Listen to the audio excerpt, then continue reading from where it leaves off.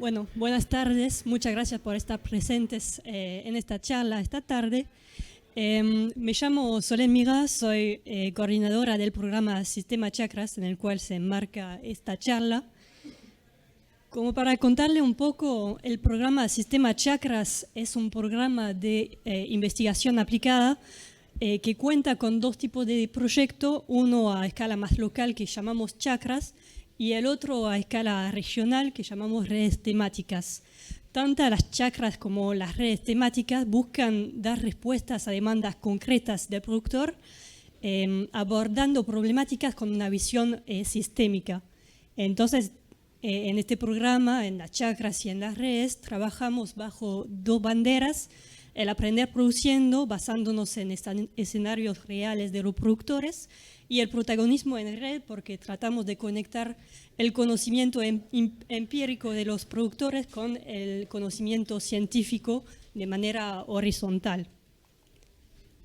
Bien, como les dije, esta charla se enmarca en el programa Sistema Chakras porque se basa en información que está generando la Chakra Surre Córdoba, chakra que se creó hace 6 años, en 2019, porque un grupo de productores de la zona del sur de Córdoba encontraba varios problemas de deterioro de la salud del suelo, compactación, erosión, y entonces se juntaron como para encontrar una manera de ajustar sus sistemas productivos para mejorar la salud del suelo a través de la intensificación, de la diversificación y de la nutrición. Esta chakra, como otras chakras, tiene como 4 grandes patas, que son los miembros fundadores de la chakra. Son ahora 23, pero se siguen sumando a esta chakra, tienen mucho interés. Están al origen de la problemática o de la demanda de la chakra. Acá con nosotros está David Ruggiero, productor agropecuario de la zona de Vicuna Maquena, que es miembro fundador de la chakra. Otra pata importante es el responsable técnico de desarrollo, acá con nosotros Mariano Robledo Giraudo, que lidera y ejecuta las líneas de desarrollo de la chakra. Y tenemos una mesa de expertos como para ayudarnos a darle calidad científica a la información que generamos en la chakra. Y acá tenemos Juan Cruz Colazo, que es miembro de la mesa de expertos de esta chakra. Y por último, la cuarta pata, digamos, es la coordinación, soy yo, que trato de apoyar a Mariano en su trabajo como responsable técnico y velar que la información y el conocimiento que generamos sea de calidad. Bien, ahora sin más, bueno, como les dijo al principio, el punto de esta chakra de esta charla es hablar un poco de los cultivos de servicio. Los miembros de esta chakra están convencidos que los cultivos de servicio son muy importantes, su integración en la rotación para tratar de resolver los problemas de salud del suelo y mejorar la salud de sus suelos. Pero surge muchas veces la pregunta de saber, sobre todo en esa zona, con esas condiciones climáticas que vamos a ver y los tipos de suelos que tenemos, cuál es el consumo de los cultivos de servicio, si representa un costo en cuanto al cultivo posterior, en cuanto a su consumo de agua. Entonces vamos a tratar de responder a través de las 3 presentaciones a la pregunta si el consumo del cultivo de servicio es un costo o es una inversión.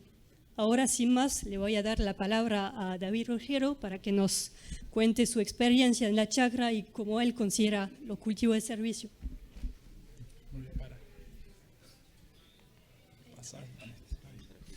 Bueno, buenas tardes. Me voy a parar porque creo que me voy a sentir un poquito más cómodo. La verdad que los que me conocen saben que compito, pero creo que tengo más nervio ahora que cuando voy a competir en algo. Bueno, como decía Solén, lo primero que todo quiero agradecer sobre todo al programa Chakras, a la institución, a algunos de los compañeros de la chakra que de alguna manera han depositado en mí la responsabilidad de contarles un poquito esto que vamos a hablar.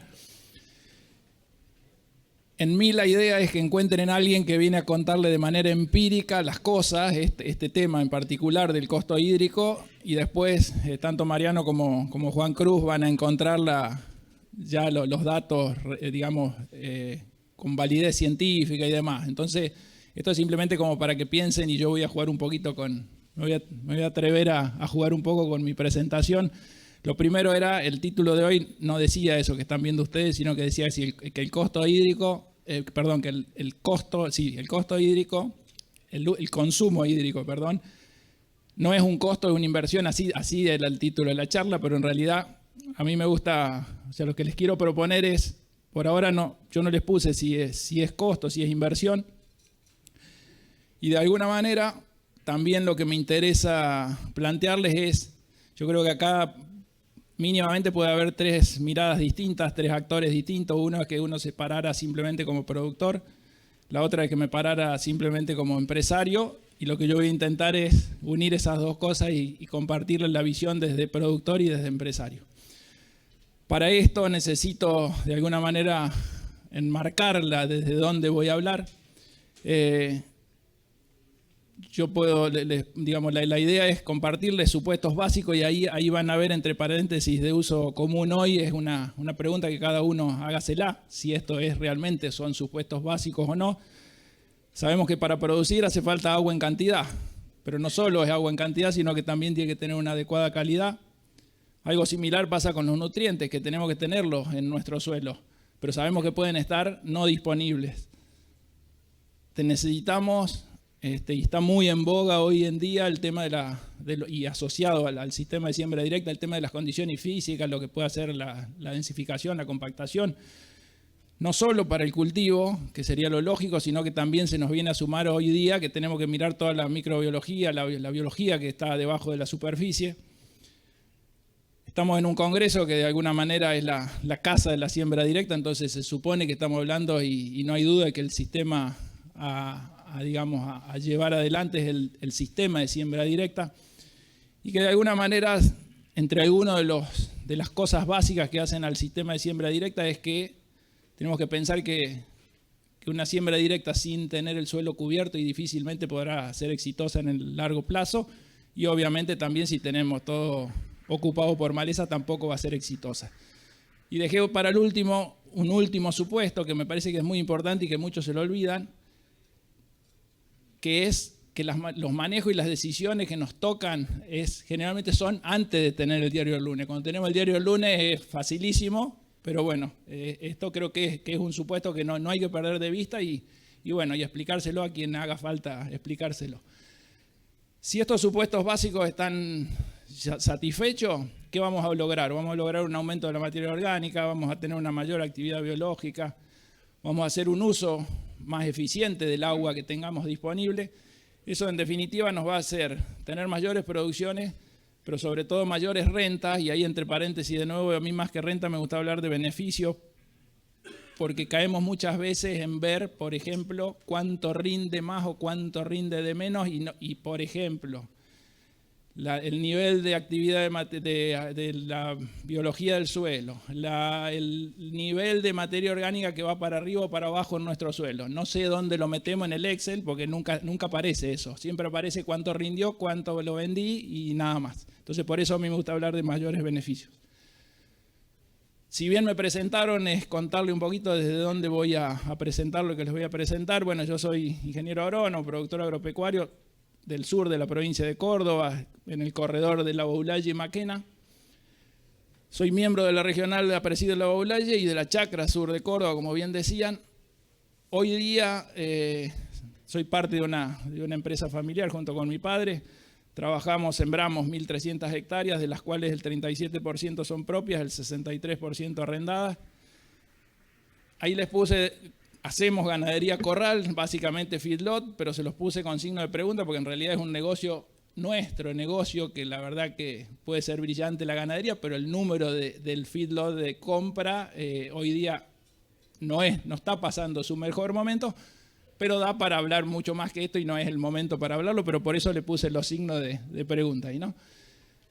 De esas 1.300 hectáreas que les digo que están en producción, hoy el 75% está cubierta con un cultivo invernal, pero ese cultivo invernal es el 100% de ese 75% son cultivos de servicio.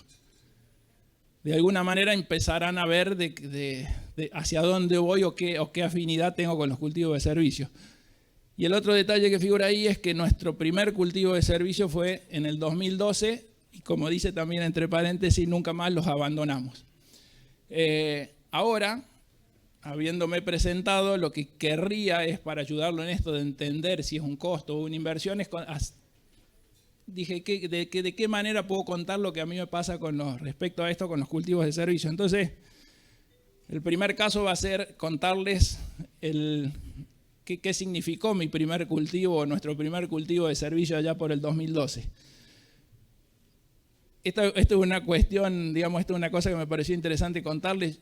Yo soy miembro de APRESID desde el 2003, de la institución, soy socio.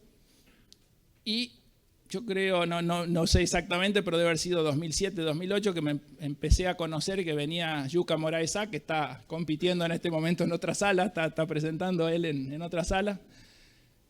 Y él venía a hablarnos de lo que significaba tener cultivos permanentes en el lote, cuando nosotros en realidad, como yo soy ingeniero agrónomo y el colega, digamos, el ingeniero agrónomo Messi era aquel que lograba, por lo menos en nuestra zona, pasar de un cultivo de verano, de renta, al cultivo siguiente de verano con el lote que era una maravilla, que la maravilla era no tener absolutamente nada, todo limpito, todo lindo, pero era eso era lo que de alguna manera Yuka nos venía a contar. Y después sumo a Rodolfo, que Rodolfo fue un par de años después que yo empecé a escuchar que Rodolfo venía y decía que él sigue trabajando en el norte del país. Creo que era exactamente, si no era Formosa, era en Santiago del Estero, que él contaba que hacía centenos y que después tenía más agua útil en el verano. Y yo decía, hay algo que esta gente, hay algo que nos están mintiendo, hay algo que, o sea, lo cuento desde ese lugar, pero eso a mí me sirvió para empezar a que esta historia empezara a ocurrir. Esto que les voy a contar es en Villa Sarmiento. Villa Sarmiento está a unos 30, 40 kilómetros al oeste de Vicuña Maquena, hacia el lado de San Luis. Nuestros suelos tienen más del 80% de arena, llueve aproximadamente 700 milímetros. Y en ese momento nos tocaba como empresa tomar posesión de un campo que habíamos arrendado y que ese campo, si puedo llegar a hacer el mismo chiste, yo pienso que tenía más cobertura esta alfombra que lo que se encontraba ese campo, ¿no? A su vez, al mismo momento, era un momento que empezaba a ganar importancia lo que era la técnica del maíz tardío. Veníamos, si no, o se hacían maíces tempranos, o bueno, eran los de segunda, pero no existía la técnica, todavía no se entendía lo que era, o todavía no estaba tan difundida la técnica del maíz tardío. Esto lo cuento ¿por qué? Porque en ese año hubo que tomar una decisión, nosotros lo agarramos casi en el momento que había que sembrar, y existía un lote de 220 hectáreas, entonces bueno, la decisión agronómica fue decir, bueno, vamos un tercio con esta técnica nueva, y 2/3 de esas 220 hectáreas van con soja. Ahí ven los resultados, el maíz rindió 9.000 kilos, la soja rindió 1.400. Podríamos decir que ese rinde de maíz puede ser algo medianamente aceptable y el rinde de la soja le faltaban 1.000, 1.500 kilos para que fuera aceptable para la zona. Luego de eso sembramos el primer cultivo de servicio, que fue un centeno, que solamente lo agarramos la sembradora, le sembramos 40 kilos. Y increíblemente tuvimos entre 4 y 5 toneladas de material seco, un muy buen desarrollo de centeno. Posterior a eso venía la campaña siguiente. ¿Qué íbamos a hacer? Decidimos seguir con esa rotación, o sea, 1/3 del lote de 220 hectáreas fue a parar con maíz, obviamente donde no había tenido maíz el año anterior, y el resto se sembró con soja. Con la particularidad que una parte de la soja fue sembrada atrás del rastrojo de maíz de 9.000 kilos y la otra parte fue sembrada atrás del centeno de servicio. Acá viene el final de la historia, ahí figura el 20 de enero del 2012. Si conoce a alguien esa zona, nosotros teníamos que recorrer desde la ruta 7 hacia el campo unos 10, 12 kilómetros. Yo iba con mi padre no es agrónomo, el de las decisiones agronómicas soy yo. Y de alguna manera en ese momento era un año que era de los normales a seco en la zona. Entonces, bueno, yo iba bajando por el camino y iba viendo que los cultivos, la verdad que no estaban pasando su mejor momento. Lo que no puse ahí, eso era la siesta encima. Yo digo, bueno, Bachi, vamos a ver cómo acomodamos, porque pensé que me iba a encontrar, no sabía con qué me iba a encontrar en el momento que me parara con mi padre frente al lote. Y la sorpresa fue que en el lugar donde terminaba el rastrojo de maíz y comenzaba la soja sembrada arriba del cultivo de servicio, estaba visiblemente mejores condiciones. O sea, por eso yo le hablo de que yo vengo a dar mi experiencia empírica. ¿Qué es lo que pasaba? La verdad que podríamos hablar del tema, pero creo que no hace a la cuestión. O sea, sí era visiblemente que estaba mejor la soja y como ven ahí, no solo que estaba mejor, que estuvo en ese momento mejor visiblemente, sino que terminó rindiendo más. Sabemos que en agricultura de ahí hasta que cosechamos pueden haber pasado un montón de cosas, pero es coincidente con esa realidad de lo que yo veía. Ese es el primer caso que les quería compartir. Y el segundo caso, es el caso que podríamos decir hoy día de los rolleros. Este caso está, así como le dije que estaba a 30-40 kilómetros al oeste de Maquena, esto está a 10-15 kilómetros ahí cerca de Maquena. La situación en cuanto al clima y al suelo es similar. La diferencia en este caso es, yo les puse ahí los últimos 10 años, pero como les conté, hace del 2012 que venimos, o sea, podría haber ido más atrás, simplemente tomé 10 años. De los 10 años, 7 años tuvieron doble cultivo ese lote y a su vez tendría que sumarle 2 más, que ahí figuran, o sea, no es que le debería sumar, pero de los 3 que quedaron sin hacer doble cultivo, 2 fue porque iban con destino a maíz temprano, con lo cual no podemos entrar con ningún cultivo de servicio. De nuevo, buenas producciones de cultivos de servicio, centenas de 5 o 6 mil kilos, vicias de 8 o 10 mil kilos. Ahora los rindes promedio de esos 10 años, en cuanto a maíz y a soja, 8.500 en maíz, 2.800 en soja. Podríamos decir que razonablemente buenos valores promedio, pero ahí entre paréntesis figura que el máximo fueron 9.900 de maíz, 4.800 del mínimo, máximo de 5.000 de soja, mínimo 1.300, que fue el caso puntual de este año. Les sumo que este año, con esa característica en especial, cuando yo fui a sembrar, veía que la napa la tenía 1,5 metros, dije, bueno, por más que venga una niña, tengo la napa 1,5 metros, pasó lo que pasó y cuando fui a cosechar seguía teniendo la napa a 1,5 metros, pero no se olviden que coseché 1.300 kilos. Entonces, por eso puse ahí, y como otra característica en especial, esa zona me marca, son los primeros lotes que se empiezan a marcar. Entonces, yo dije, acá algo está pasando. O sea, no sé qué está pasando, pero yo quiero ver a ver si podemos descubrir qué es lo que está pasando. Primer pensamiento, habrá problemas físicos, habrá problemas químicos, o sea, puede haber problemas de compactación, puede haber problemas de falta de nutrientes.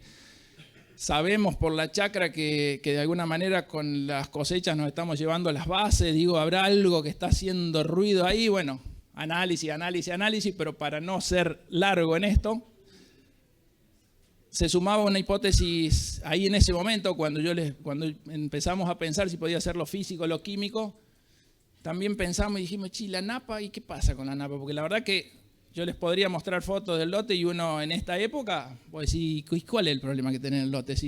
O sea, no existe una playa salina, no existe un síntoma de sal, de nada, pero la duda estaba en la napa. Bueno, el dilema, por todos los estudios que hicimos, podríamos decir que está resuelto. Eso que figura ahí es una palabra que me la van a tener que poner en los libros a mí, porque en realidad eso que figura ahí no existe, que es un tapto hídrico, eso digo yo, porque en la zona de la Aulaya, que también nos manejamos, los que conocen de suelo saben que un suelo tapto es algo que ha sido enterrado, digamos, que ha quedado debajo, es un horizonte que ha quedado debajo y que actúa, cuando las plantas tienen que evolucionar, trabaja de una manera distinta. Bueno, yo podría decir que hoy día en nuestro campo lo que tenemos es un tapto hídrico que lo que hace, de acuerdo a la fluctuación de la napa, es cuánto tengo de perfil efectivo de mi suelo. Entonces, ¿qué me pasa? Que cuando no me acompañan las lluvias con cierta periodicidad, y me quedo sin agua, a pesar de que tenga agua abajo. Ahí al final, ¿cuál es el paso a seguir hoy día? Evidentemente yo no puedo cambiar la realidad de esa napa regional. puedo modificarlo un poquito, voy a trabajar todo lo que más pueda, pero por eso pongo ahí que va a ser desde lo agronómico, pero más desde la parte de ingeniería agronómica, de la parte de ingeniería, como nos decía un profe de la Facu que decía que ingeniería venía de usar el ingenio. Yo creo que lo que va a haber que hacer es eso, usar el ingenio para ver si los cultivos que estábamos haciendo son los indicados, si es la fecha indicada, si es el ciclo indicado. Así que bueno, ese va a ser el desafío. Hasta ahora les hablé, les mostré, digamos, escritos rápidamente. ¿Cómo estamos? ¿Estamos complicados de tiempo? Acelero. Bueno, pero es contarle un poquito porque se los podría contar y podrían decir, che, pero no mostraste nada de lo que hacés. Bueno, este es una vicia con centeno. Eso podría considerar, esos son mis hijos, pero ya están bastante más crecidos. Pero era para mostrarle que de alguna manera hacemos centenos de ese tipo. Esto es otra vicia con centeno. Este es un maíz que fue cosechado este año y que estamos avanzando en eso, en intensificar con siembras aéreas. La chacra nos está dando información respecto a eso. Pero es importante que de acá se lleven el concepto, a mí me interesaría que los que están recién empezando, el hacer cultivo de servicio no es estar decidido a comprar la semilla, hacerlo cuando te quede cómodo y de la manera que más o menos puedas, no. Los cultivos de servicio hay que programarlo igual que los cultivos de renta, tienen que hacerse como corresponde. La chacra nos está diciendo de que la fertilización también en los cultivos de servicio es necesaria, que nos ayuda en todo lo que es la mineralización posterior y el aprovechamiento de cada uno. Y eso que les muestro hoy al final, que es la clave para que sea una vicia de servicio y no una vicia simplemente sembrada. Eso es lo que nos va a permitir tener nitrógeno, tener otros beneficios propios de la vicia, pero sin eso no lo deberíamos llamar cultivo de servicio. Bien, finalmente vuelvo a esta primera, que era cuando hablábamos de si el consumo hídrico podía ser un costo o una inversión. Los rolleros piensan que no es un costo, que es una inversión por esto que yo les acabo de contar. Pero como pienso que hay distintas realidades y distintas formas de pensar, yo dije, ¿de qué manera puedo cerrar esto? Y bueno, de alguna manera se me ocurrió llamarla a esta persona y me contestó esto. Así que bueno, muchas gracias.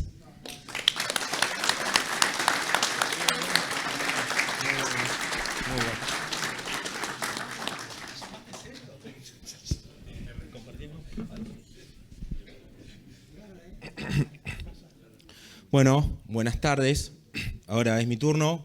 Como me ha presentado al inicio, mi nombre es Mariano Robledo Giraudo y soy el responsable técnico de desarrollo de la Chacra Sur de Córdoba, es decir, el que lidera todo el proyecto de investigación que estamos llevando a cabo. Si bien Bachi comentó la zona de influencia de él, donde está poniendo en práctica lo que estamos aprendiendo, el conocimiento que estamos llevando a cabo, pero como bien dice el nombre, Chacra Sur de Córdoba, nos situamos en el departamento General Roca, bien al sur de la provincia de Córdoba. Y para nuestro inicio, en la etapa de investigación, que queríamos empezar a conocer nuestra zona, lo que había en el momento era lo que se ve ahí en la imagen. La pampa medanosa de color rojo y la pampa arenosa de color azul. Y es acá que en la chacra, ya por el 2019, se estudió un montón, se estudió y se avanzó mucho en conocimiento para poder llegar a esto, a delimitar y caracterizar estos 5 macroambientes. El macroambiente este, el transición, el centro, el sur y el oeste. ¿En base a qué? En base a información de precipitaciones, de textura, de altimetría, de pendiente, de influencia o no de napa, capacidad de uso que tienen los suelos y de rendimiento. Como vemos, nuestro departamento es muy amplio, tiene una gran extensión, donde, de acuerdo a donde nos situemos, hay una realidad productiva diferente, con diferentes potencialidades y diferentes limitantes. En la zona oeste es una zona que llueve más, un poquito de textura 50-45% de arena, un poquito más de textura más fina, y a medida que nos vamos hacia el oeste empieza a haber mayor altimetría hasta llegar al oeste, donde las precipitaciones disminuyen, menor influencia de napa, 80% de arena, entonces ya se ve más limitada la capacidad de almacenamiento de los suelos.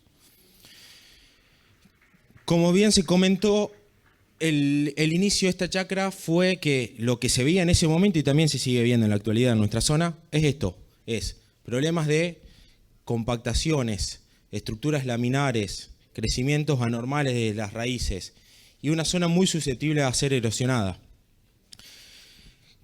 Con el diagnóstico, era muy visible el diagnóstico. Se busca, bueno, a ver, está deteriorado los suelos, tenemos que saber cuánto se deterioraron.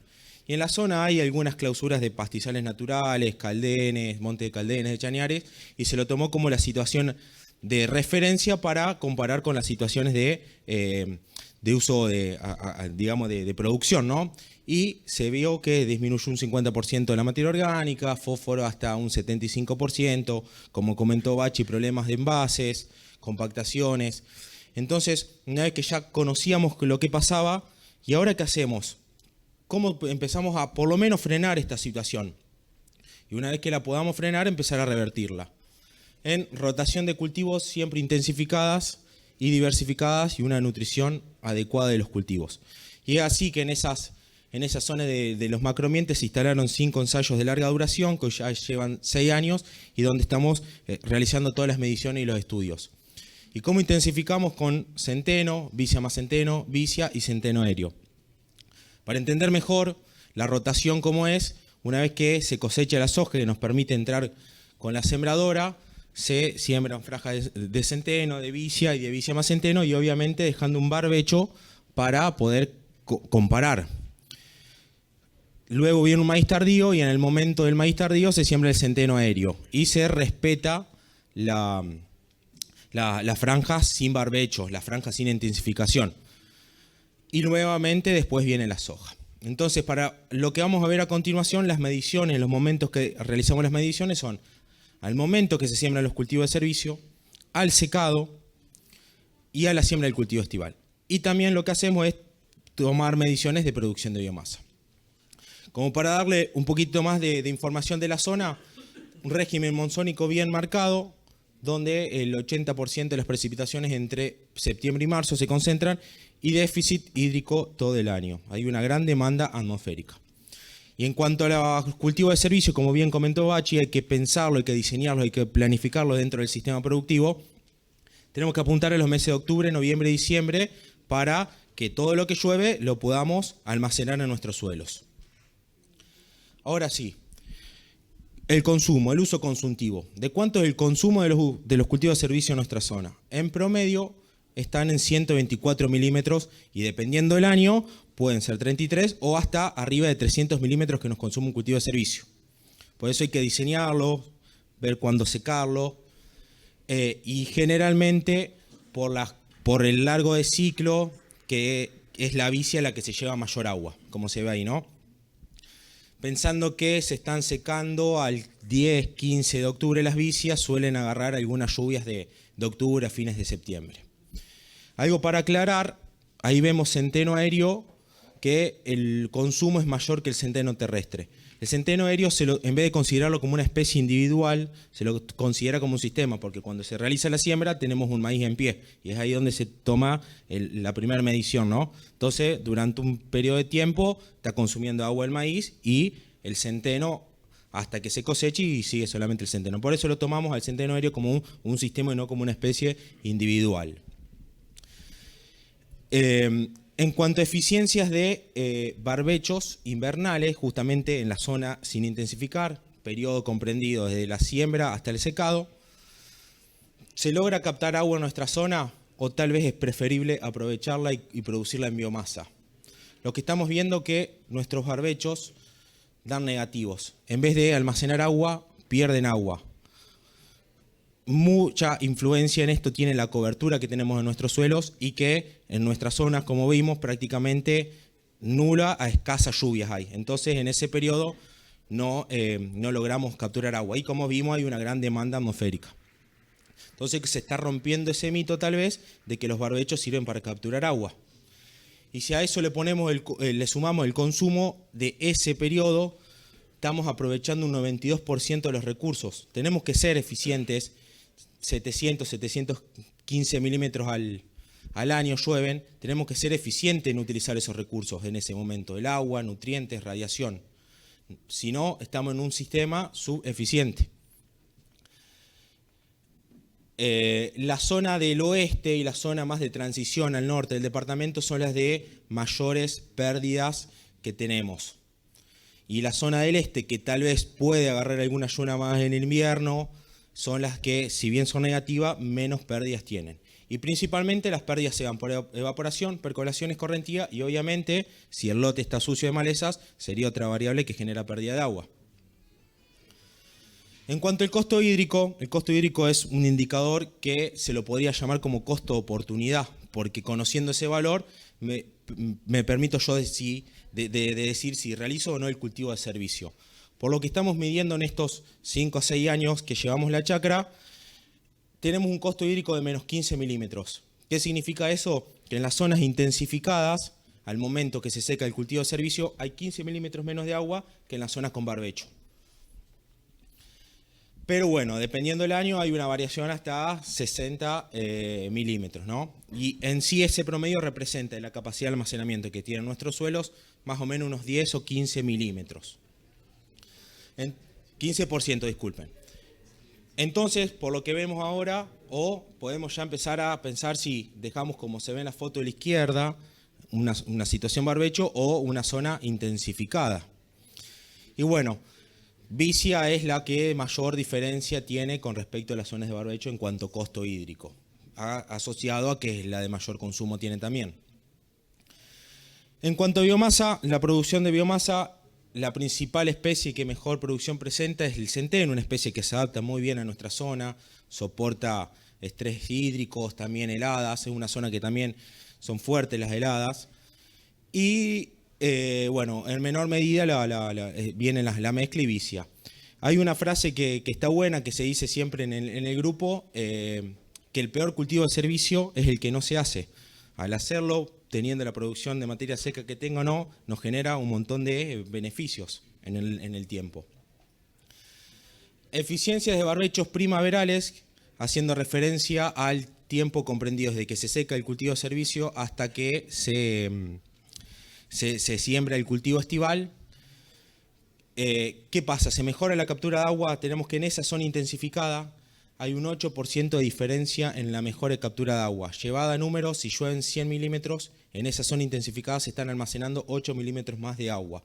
Y esto porque se están viendo efectos acumulados en tener cobertura, menor pérdida por evaporación, empieza a mejorar el ingreso del agua al suelo, mejora en la infiltración, ¿no?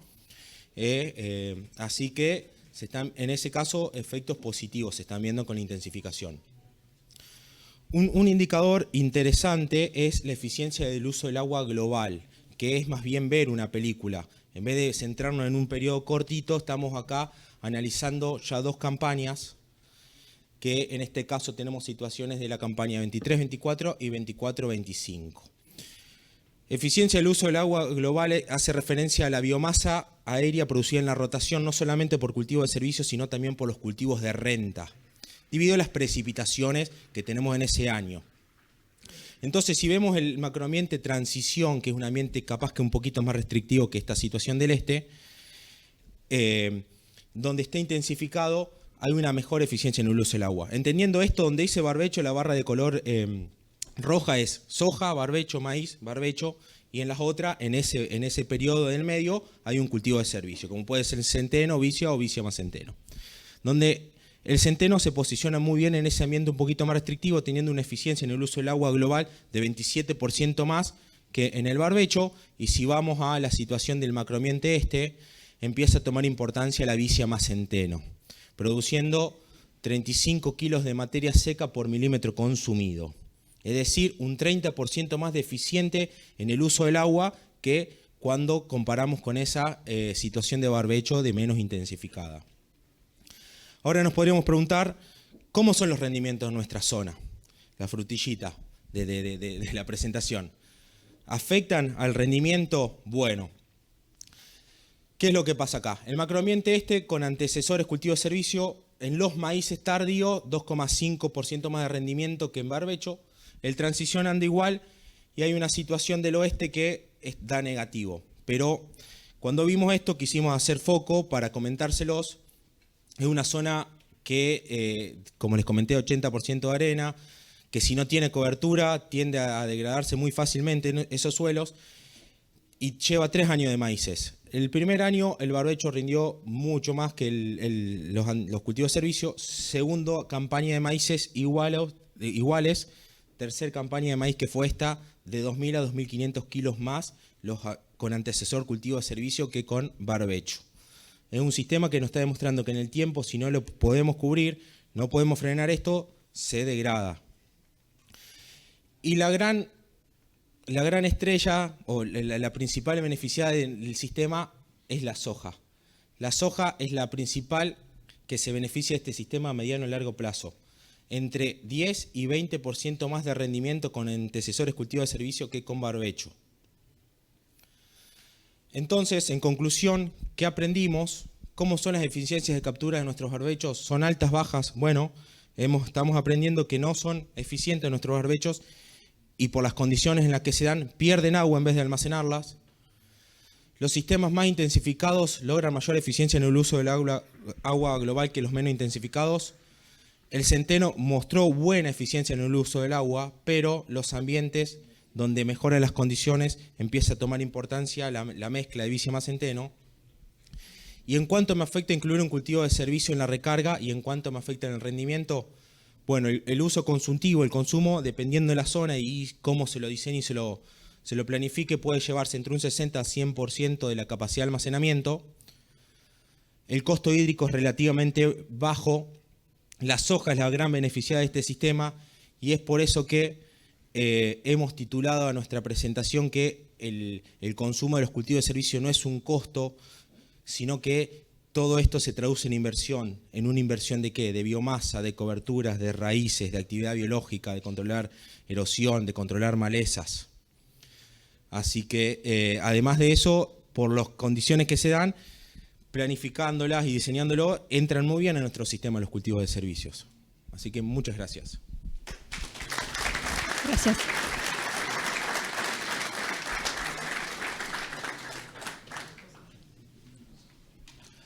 Bueno, buenas tardes a todos. Antes que nada, quería agradecer a Presid la invitación y particularmente a los productores de la chacra por hacerme partícipe de la chacra del sur de Córdoba, a pesar de que soy de San Luis.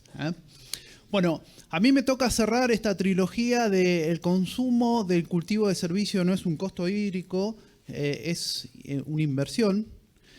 Y si mi charla fuera una película, el título que yo le pondría sería de la gota a la biomasa y de la biomasa a los servicios. Y el póster sería este. Los actores, digamos, los temas que nosotros vamos a ver, digamos, en esta película van a ser el uso consultivo, que Mariano ya los introdujo, las eficiencias de barbecho, el agua, la siembra de los cultivos de renta. Vamos a hablar un poco de probabilidad de lluvias. Vamos a tocar el tema de erosión de suelo y huella de carbono también. Y la película va a tener estos 3 capítulos. El primero, digamos, donde va a ser una introducción para mostrarle rápidamente cuáles son las condiciones del este de San Luis y para también mostrarle, digamos, una base de datos que tiene más de 10 años de resultados de cultivos de cobertura que nos permitió, digamos, sacar las conclusiones, que es lo que vamos a ver en los capítulos siguientes, que va a ser de la gota a la biomasa, cómo es esa dinámica del agua y, por último, de la biomasa a los servicios. Porque recuerden, no es suficiente con ser eficientes, tenemos que ser efectivos. No nos sirve de nada cosechar agua si esa agua después no la vamos a transformar en servicios. Y justamente para mi región, erosión y lo que es almacenamiento de carbono orgánico, para mí son servicios que son importantes. Entonces, para mostrarle, digamos, ustedes acá están viendo 3 mapas de San Luis. Son mapas, por ahí para los que son de San Luis, son mapas actualizados que tenemos de precipitaciones en el medio. A la izquierda tenemos la agricultura. Fíjense que la agricultura copia más o menos la isogueta de 600 milímetros. Y a la derecha lo que tenemos, van a ver, digamos, sobre todo con un tono un poco más marrón, los suelos arenosos. O sea, básicamente estamos en el patio trasero de la chacra del sur de Córdoba, donde las condiciones son bastante limitantes. Suelos arenosos y precipitaciones que son, algunos años andan bien y otros no tanto. Bien, Esta es la base de datos que les quiero mostrar. Nosotros, digamos, a través de diferentes trabajos con productores, sobre todo, tenemos más de 20 sitios años donde lo que hacíamos es ensayos similares a los que después hicimos en la chacra del sur de Córdoba, donde teníamos franjas con diferentes cultivos de servicio y lo comparábamos obviamente con una situación sin cultivos de servicio, que es lo que ustedes están viendo en la imagen de la izquierda abajo. A la derecha van a ver, digamos, esos gráficos feos que mostró Mariano, pero que son muy útiles para sintetizar información. Nosotros teníamos más de 3.000 datos de humedad de suelo. Entonces, lo que hacen, digamos, esos gráficos que se llaman de caja y de bigote, sintetizan la información y también muestran, digamos, además de sus valores promedios o valores medios, muestran, digamos, cómo es la distribución de esos datos. Bien, vamos a la primera parte de la dinámica del agua, el invierno. El invierno, digamos, ese periodo comprendido entre el cual nosotros sembramos el cultivo de servicio y lo secamos. Generalmente, digamos, en la zona nuestra lo tenemos entre marzo y octubre. ¿Qué es lo primero o el primer indicador, digamos, que nosotros tomamos? Lo que nosotros llamamos la eficiencia de barbecho invernal, que la tomamos en el tratamiento sin cultivo de cobertura. Y como mostró Mariano, es el gráfico que les está mostrando, digamos, a la izquierda, son negativas. Yo la verdad, la primera vez que tomábamos estos datos, dijimos, estamos tomando mal el dato, repetimos, y no, son negativas. Estamos perdiendo, digamos, agua. Y esto hace que cuando nosotros comparemos lo que tenemos a la derecha, Mariano les habló, digamos, del uso consultivo, que es el agua que utiliza el cultivo para generar biomasa, y lo comparamos con el costo hídrico, van a ver que hay una diferencia de casi 100 milímetros. Esto es como si ustedes fueran al banco, pidieran un crédito, les dijeran son 100 pesos y cuando van a pagar al banco les dijeran no, tienen que pagar 30. Cosas que no pasan nunca, ¿no? Bueno, pero el cultivo de cobertura lo permite. Y justamente lo que nosotros hacemos en el invierno es perdemos agua. Entonces el cultivo de servicio aparece como una oportunidad para transformar esa pérdida en biomasa. Bueno, pero ¿qué pasa en primavera? En ese periodo, digamos, que transcurre entre que secamos el cultivo de servicio y vamos a sembrar el cultivo de renta. Bueno, ahí es donde el cultivo de servicio actúa como un barbecho. Esto, sobre todo para nuestras regiones, es clave. Nosotros no buscamos reemplazar al barbecho, sino lo que hacemos es aprovechar justamente el periodo donde realmente llueve, donde el partido, digamos, es por los puntos, y hacemos, digamos, un uso, o mejor dicho, captamos más eficientemente ese agua. Que es un poco lo que les está mostrando ese gráfico, donde tenemos las eficiencias de barbecho con las situaciones sin cultivo de cobertura y con cultivo de cobertura. Y como les mostraba Mariano, hay una diferencia, hay una brecha que en el caso, digamos, de nuestros sitios fue del 13%. Sin embargo, digamos, esa variabilidad es muy grande. Y a mí lo que me importa, más que, digamos, el tema de cuánto es la eficiencia de barbecho en el cultivo de cobertura, lo importante es la diferencia. O sea, no se queden con cuán bueno es el cultivo de cobertura, sino también piensen cuán malo, digamos, es la situación donde nosotros no tenemos, digamos, el cultivo de cobertura. Eso es importante porque no todos los suelos vamos a tener, digamos, grandes ganancias por hacer el cultivo de cobertura. Y obviamente esas ganancias se deben a un incremento de la infiltración y básicamente a una reducción, digamos, de la evaporación por la reducción de la temperatura, sobre todo, digamos, al nivel de la superficie del suelo. Bien. Este es el indicador que nos importa a nosotros en las regiones semiáridas, el agua al momento de la siembra del cultivo, digamos, de renta. Este gráfico, digamos, lo que les está mostrando es en términos promedio, van a tener, digamos, en negro la columna del agua total en el primer metro y en gris, digamos, el agua total en el segundo metro, en la situación con cultivo de cobertura y sin cultivo de cobertura. Cuando nosotros analizamos, en promedio no hay diferencia, significa, digamos, que recuperamos, digamos, el agua. Sin embargo, digamos, cuando analizamos los estratos hay una diferencia, digamos, importante. En general, cuando tenemos el cultivo de servicio en el primer metro, tenemos el suelo más húmedo. Y eso es importante, digamos, sobre todo cuando vamos a sembrar, porque nos asegura, digamos, tener mayores chances y mayores posibilidades de poder sembrar, digamos, un cultivo. Bien, ¿y cómo podemos hacer nosotros para poder reducir, digamos, la incertidumbre? Van a ver, digamos, el gráfico que les estoy mostrando a la izquierda. Ustedes tienen las precipitaciones en Villa Mercedes desde el 1 de octubre hasta el 31 de diciembre. Y van a ver, digamos, que dependiendo del año pueden ser 500 milímetros o pueden ser menos de 100. Entonces, nosotros no podemos saber cuánto va a llover, pero sí podemos utilizar las probabilidades, así como cuando jugamos a las cartas, digamos, sabemos qué chances, digamos, tenemos o no de ganar en función de las cartas que tenemos. Bueno, en función del registro de lluvias, nosotros podemos armar esa curva que nosotros tenemos en el gráfico de la derecha, donde sí nosotros tenemos un dato, que son las probabilidades de excedencia de lluvia, que a nosotros nos permiten saber y nos indican las chances que tenemos realmente de recuperar el agua. Ahora bien, me quiero detener acá, porque es difícil, digamos, trabajar y calcular las probabilidades, pero con tener las probabilidades no nos alcanzan.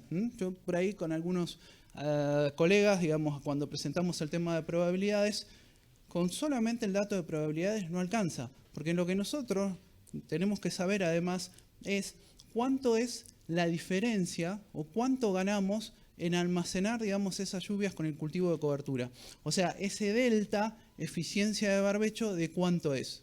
¿Por qué? Porque los 100 milímetros me van a llover en la situación que tengo el cultivo de cobertura y que no tengo el cultivo de cobertura. Lo que realmente me interesa saber es, de esos 100 milímetros, cuando hice el cultivo de cobertura, y voy a aprovecharlos mejor, realmente cuánto voy a sumar. Y esa simple, digamos, ecuación, digamos, que está ahí, que tiene el delta, digamos, eficiencia de barbecho y el costo hídrico, a mí me permite armar esas tablas que yo tengo debajo. Y esas tablas son tablas de doble entrada, donde yo tengo el delta eficiencia de barbecho y donde tengo el costo hídrico, y a mí me permite saber las chances que yo voy a tener de recuperar el agua. Como ustedes ven, si yo me paso de los 30 milímetros del costo hídrico, los colores ya se vuelven rojos o amarillos. Y si yo tengo, digamos, me muevo a la derecha, logro mayores incrementos de las eficiencias de barbecho. ¿Por qué? Porque voy a tener más cobertura, o porque en la situación del suelo donde yo voy a poner el cultivo de cobertura, la condición física es mala, o porque voy a tener malezas, las probabilidades de recuperar aumentan. Eso me indica y me permite saber que en función de la condición de sitio, yo voy a tener más o menos chances de poder recuperar el agua por el cultivo de cobertura. Entonces, para resumir, digamos, un poco esto, este es el principio fundamental. Esto es lo que nosotros aprendimos en la gestión del agua. Y si nosotros tuviéramos un profeta en la gestión del agua, bajaría, digamos, del médano con las tablas y nos diría que realmente para poder ser exitosos tenemos que saber utilizar las precipitaciones de otoño-invierno para generar cobertura y raíces, para que una vez secas, las mismas permitan aumentar la acumulación en el suelo de las precipitaciones de primavera, igualando o superando el costo hídrico. Ese es el principio fundamental de la gestión del agua en cultivos de servicio en regiones, digamos, con el agua limitante. Bien. Y a mí me gustan estos árboles de decisiones, digamos, un poco lo que hemos aprendido, y para expresarlo, digamos, rápidamente en un árbol de decisiones, lo primero que tenemos que preguntar es, ¿tiene claro el objetivo para hacer el cultivo de servicio? ¿El para qué, digamos, ¿Sí? Bueno, siga. ¿No? No haga cultivo de servicio, digamos. Eso, digamos, para las regiones nuestras es algo que es clave, digamos, tener el para qué, digamos, Bien, una vez que nosotros sabemos por qué queremos hacer el cultivo de servicio, bueno, básicamente lo que tenemos que tratar de hacer es mantenernos, digamos, en esos rangos, costos hídricos menores a 30 milímetros y eficiencias de barbecho, perdón, ahí debería decir delta eficiencias de barbecho, mayores al 10%. De esa manera, si nosotros lo tenemos, probablemente tengamos una alta probabilidad de recuperar el agua. Si nosotros no lo tenemos, probablemente la probabilidad de recuperar el agua sea baja. ¿Y cómo logramos, digamos, llegar a esos objetivos? Bueno, básicamente en mi región, ahí en el este de San Luis, si yo quiero tener una buena cobertura, el factor principal es la fecha de siembra. Y además, si yo quiero tener una buena cobertura, también tengo que secarlo, digamos, en el momento adecuado. En general, digamos, en San Luis, las ventanas de secado se reducen a octubre. Sin embargo, dependiendo también de cómo venga el cultivo, lo más importante es monitorear. ¿Por qué? Porque siempre hay un compromiso entre el consumo de agua y la producción de biomasa. Entonces tengo que monitorear y cuando yo tengo, digamos, el primer metro ya lo tengo relativamente seco, no completamente seco, y eso lo podemos hacer a tacto, yo ya sé, digamos, que voy a tener que estar secando el cultivo de servicio. Si yo más o menos respeto, digamos, estas normas, es muy probable, digamos, de que logre recuperar, digamos, el agua que utilizó, o inclusive en algunas situaciones voy a tener más agua, como dijo Bachi, voy a tener más agua en la situación con cultivo de renta. Y ahora bien, ya digamos como para ir cerrando, acuérdense lo que les dije, no basta digamos con ser eficientes, tenemos que ser efectivos. Y ser efectivos implica digamos utilizar ese cultivo digamos de servicio para brindar el servicio que nosotros consideremos importante. Tenemos más de 20, 21, digamos, servicios que me puede ofrecer el cultivo. Yo estoy muy atento, digamos, al tema de la erosión. ¿Por qué? Porque es un factor de degradación que es irreversible, digamos, y que en la actualidad, digamos, está presente en nuestros ambientes. Mariano dijo muy bien, digamos, que en la chacra del sur de Córdoba es uno de los problemas identificados, digamos, como de los más importantes. Y acá lo que les estoy mostrando, este es un póster, si por ahí quieren más detalle, está colgado, donde esto forma parte de la tesis doctoral de Pablo Peralta. Pablo lo que está haciendo, está midiendo, digamos, cómo interaccionan la erosión hídrica y la erosión eólica. Nosotros en San Luis tenemos la oportunidad de tener los dos procesos actuando de manera simultánea. Entonces, Pablo lo que hizo fue un experimento muy sencillo, digamos, en franjas donde había cultivos de cobertura y al lado donde no tenía cultivos de cobertura, instaló instrumental, que sí, que es bastante complejo, el tema de las parcelas de medición de erosión hídrica y los mástiles para medir erosión eólica, y a lo largo de 2 años midió qué es lo que pasa, digamos, con la erosión. Que es un poco lo que les están mostrando, digamos, ese gráfico de la derecha, donde básicamente tenemos muchos sedimentos aportados por erosión hídrica en las condiciones sin cultivo de cobertura, pero básicamente van a ver unas barritas negras que salen hacia abajo en las situaciones con cultivo de cobertura o con cultivo de servicio, que me está indicando que mucho del sedimento que se pierde, los cultivos de servicio se están sedimentando. O sea, no solamente evitamos que se pierdan, sino que los que pierde, digamos, el vecino, con los cultivos de servicio, nosotros, digamos, los estamos capturando. Entonces, fíjense, digamos, qué importante, digamos, el 75% de la erosión hídrica me lo controla y el 88%, y sobre todo, digamos, con ese mecanismo de captura de sedimentos, de la erosión eólica, también lo hace. Y por último, les quería mostrar, digamos, este ensayo. Esto está hecho, digamos, en Tilizarao, está hecho, digamos, en el campo. Allá está Marcelo Bongiovanni, digamos que este trabajo, digamos, lo hicimos juntos, lo hicimos en su campo, no me va a dejar mentir, digamos, Marcelo, digamos, es de las personas que más nos ha apoyado con el uso de cultivos de servicio. Y acá lo que nosotros teníamos era la posibilidad única de tener, digamos, un ensayo donde teníamos más de 5 años del uso de cultivos de servicio, que no hay demasiados. Entonces, lo que hicimos en esa situación es utilizar, digamos, una calculadora de huella de carbono. La huella de carbono, digamos, lo que me permite, digamos, no solamente es saber cuánto carbono estoy acumulando en el suelo, sino también cuánto carbono equivalente estoy emitiendo, digamos, con diferentes ítems, como puede ser el uso de fertilizantes, como puede ser la maquinaria. Y lo que ustedes están viendo, digamos, en ese gráfico, van a ver, digamos, barras de diferentes colores, pero van a ver, digamos, unas negras, digamos, que se van, digamos, hacia abajo. Bueno, esa es la acumulación de carbono orgánico. Lo que me está mostrando es acumulación de carbono orgánico, sobre todo, digamos, en las situaciones donde yo tengo cultivo de cobertura y luego, digamos, así un maíz.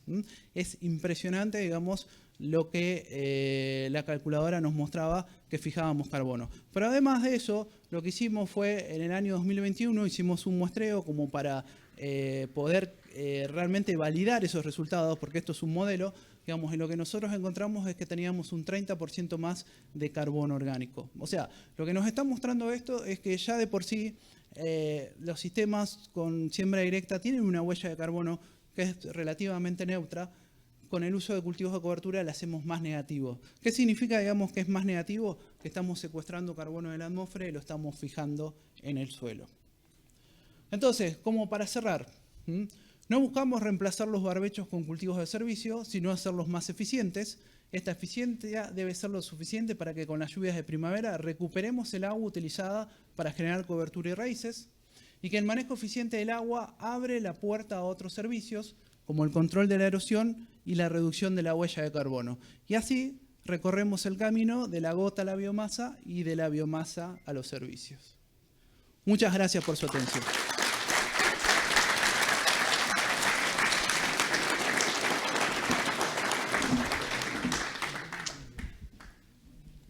Muchas gracias a nuestros 3 disertantes.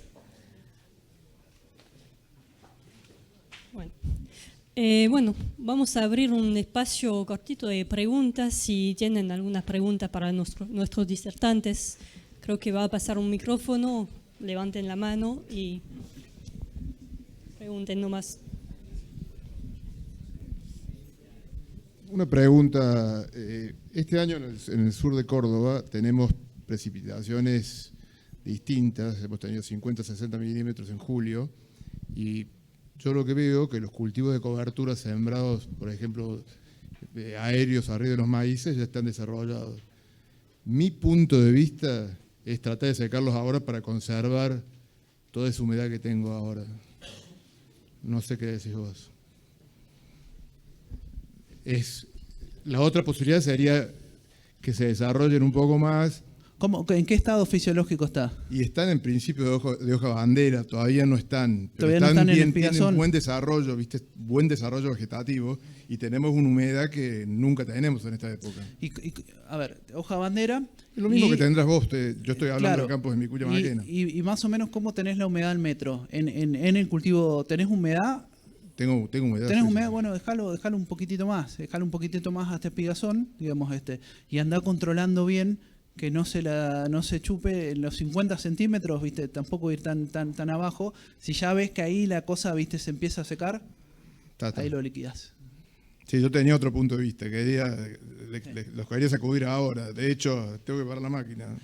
La otra pregunta es, ¿qué vas a hacer? Claro, ¿qué vas a hacer después? ¿Qué vas a hacer después? Y sobre los maíces soja y sobre las vicias maíz. A ver, porque las vicias no las seco, las vicias todavía le falta. Claro, porque, a ver, son también sistemas parecidos a lo que sí. haciendo. ¿Y por qué te pregunto eso? Porque en nuestros sistemas andan bien, pero porque nosotros no tenemos maíz temprano. No, correcto. Yo los maíces tempranos no los tengo con cultivos de servicio, o sea, están sin. Te estoy hablando de maíces tardíos. De maíz tardío, no, sí. entonces perfecto. Sí, porque el tema está cuando, y todo esto por ahí que les mostré, cierra bien, digamos, el cultivo de servicio en San Luis, porque el maíz lo hacemos en diciembre. Digamos. Sí. Entonces nos da tiempo, digamos, para recuperar el agua. Ahora, si tenemos un planteo de meter un maíz temprano, bueno, no, ahí ya te diría que es distinto, es muy distinto. A ver si entendimos bien, Daniel, ¿qué tal? Creo que lo que decís son por ejemplo, la imagen esa que yo mostré de los cultivos de centeno sembrados aéreos sobre Exacto. Los maíces tardíos, que van a ir a soja, no que van a maíz temprano, como creo que por ahí estaba sumando Juan Cruz. Mi mirada respecto a eso es, coincido en esto que nos está mostrando, o sea, no podemos dejar de ver, o sea, en algo nos tenemos que basar y son las probabilidades que tenés de recarga.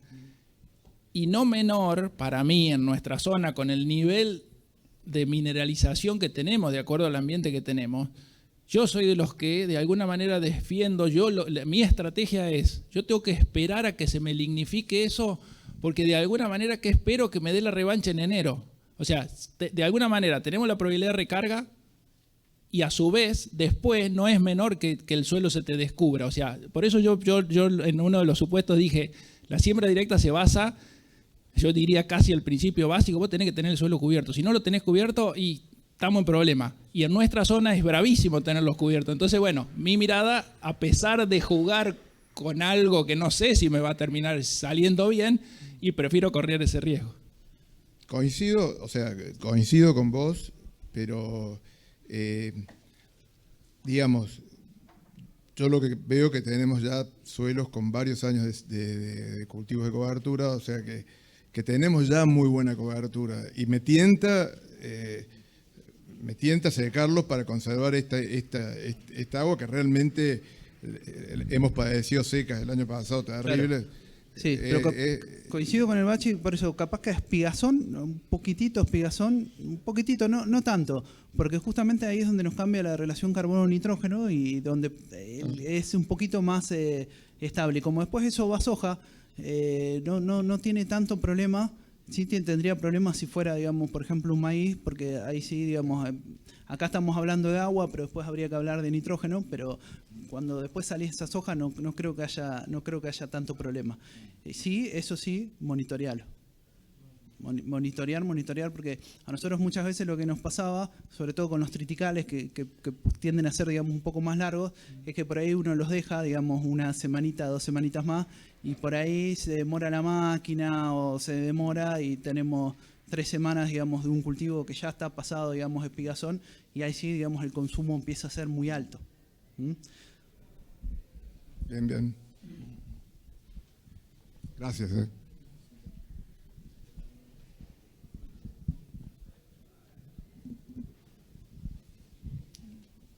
Allá alguien me... ¿Quién? Sí. Para la zona de San Luis, digamos, esa zona linda que hay entre Darac y Villa Mercedes, ¿no? Sobre la ruta 7. ¿Vos tenés claro cuál es la rotación ideal hoy, con los precios de hoy? Si la rotación puede ser maíz, girasol, metiendo algún cultivo de servicio, o hay que seguir haciendo soja. Esa es la duda que yo tengo. No. Viendo lo errática que es la soja, o sea, un año bien, otro año mal. ¿Tienen claro ustedes cuál es la rotación ideal o hay que seguir diversificando y haciendo un poco de cada cosa? A ver, gracias. Es buena la pregunta. Es buena la pregunta y sobre todo, digamos, porque ¿qué nos ha pasado este último año? Se nos ha metido el girasol de nuevo. Digamos, el girasol desapareció, digamos, de San Luis por 10 años por el tema, digamos, paloma, y hoy por una cuestión, digamos, económica, también por mejoras, digamos, en genéticas, digamos, del girasol. Los datos en la zona, digamos, que usted está diciendo, dan muy buenos resultados de girasol. Inclusive, digamos, también el girasol nos abre la posibilidad a que cuando uno quiera hacer un cultivo de servicio vicia, lo pueda hacer, digamos, mucho más fácil porque nos libera, digamos, el lote antes. Entonces, por lo menos, digamos, los casos empíricos, digamos, que nosotros tenemos en la zona, digamos, salvo alguno que le agarró granizo, digamos, que en la zona, digamos, es común, después realmente están contentos con el tema girasol. Sí.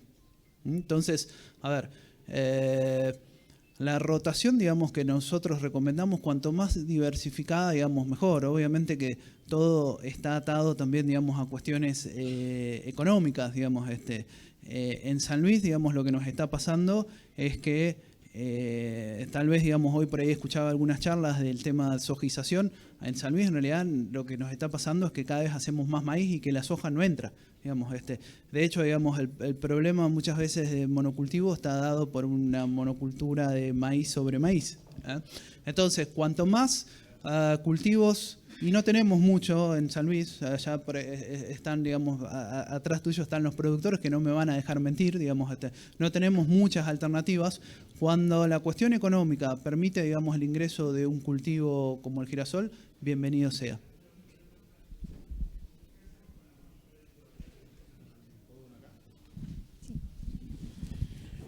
¿Cómo les va, muchachos? Un buen trabajo lo de la chacra, felicitaciones. Mi pregunta era un poquito, bastante linkeada a la del señor allá, con respecto que vos, Juan, lo decías recién. Los muchachos tienen zonificada la chacra y llaman zona oeste a la que da contra San Luis, y nosotros estamos atrás de la oeste, digamos. Somos el patio de la oeste. Estamos en el patio del oeste. Entonces mi pregunta iba ahí en el sentido de que cuando tenemos el costo hídrico que nos pega en el cultivo de verano, el primer impulso que uno tiene es, bueno, sequemos antes. Entonces mi pregunta puntual era, hasta dónde, porque si lo seco en macollaje, digamos, ¿viste? Al final costeé la semilla y la siembra y no tengo ningún servicio de nada, digamos. Nosotros estamos secando en espigazón, como decías recién, pero seguimos en la duda si realmente no tenemos que secar antes, ¿no? Pero al final no sé si no nos quedamos con nada si secamos en... Claro, Nico, eso es lo que nos pasa. Por eso, y gracias Nico por el comentario.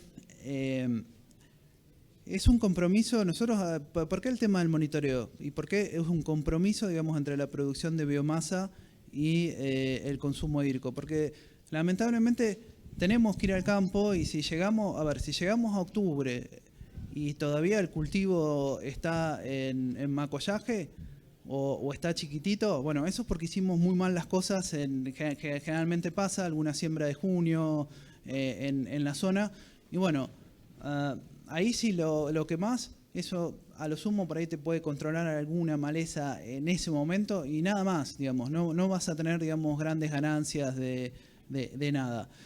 Si lo esperás, digamos, un poquitito, que tire, digamos, alguna, digamos, espiga y te va a pegar, digamos, en el agua, seguro. ¿Qué es lo que uno por ahí tiene que hacer? Y bueno, hacer alguna siembra un poco más tardía, pero viste que en San Luis también las siembras tardías estamos bastante, digamos, acotados. Entonces, yo insisto, digamos, ahí en estas cuestiones, para mí la clave en San Luis está sembrar antes. Eso te da la chance, digamos, de llegar a septiembre con un buen cultivo y ahí sí decir, mirá, se tomó todo el agua, lo seco entonces, ya está. Y en San Luis también la tenemos fácil porque sabemos que en septiembre está empezando a llover recién, digamos, o sea, no es que nos comimos muchas lluvias, digamos, en el camino, ¿viste? Entonces, yo insisto, y tal vez les diría, un cultivo de cobertura chiquitito, poca producción de biomasa, con una biomasa que tenga una baja relación carbono-nitrógeno, sirve muy poquito. Me va a controlar algo de erosión en agosto, septiembre, octubre, me va a controlar, digamos, algo de maleza y ya está, digamos, ya está. Y de nuevo, si a mí eso me sirve, bueno, está bien, pero primero pienso, ¿para qué quiero hacer, digamos, el cultivo de servicio?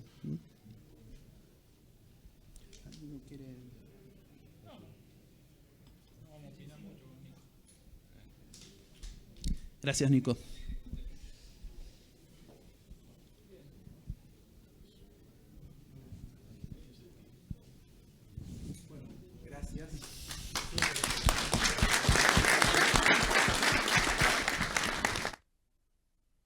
Gracias a todos por quedarse.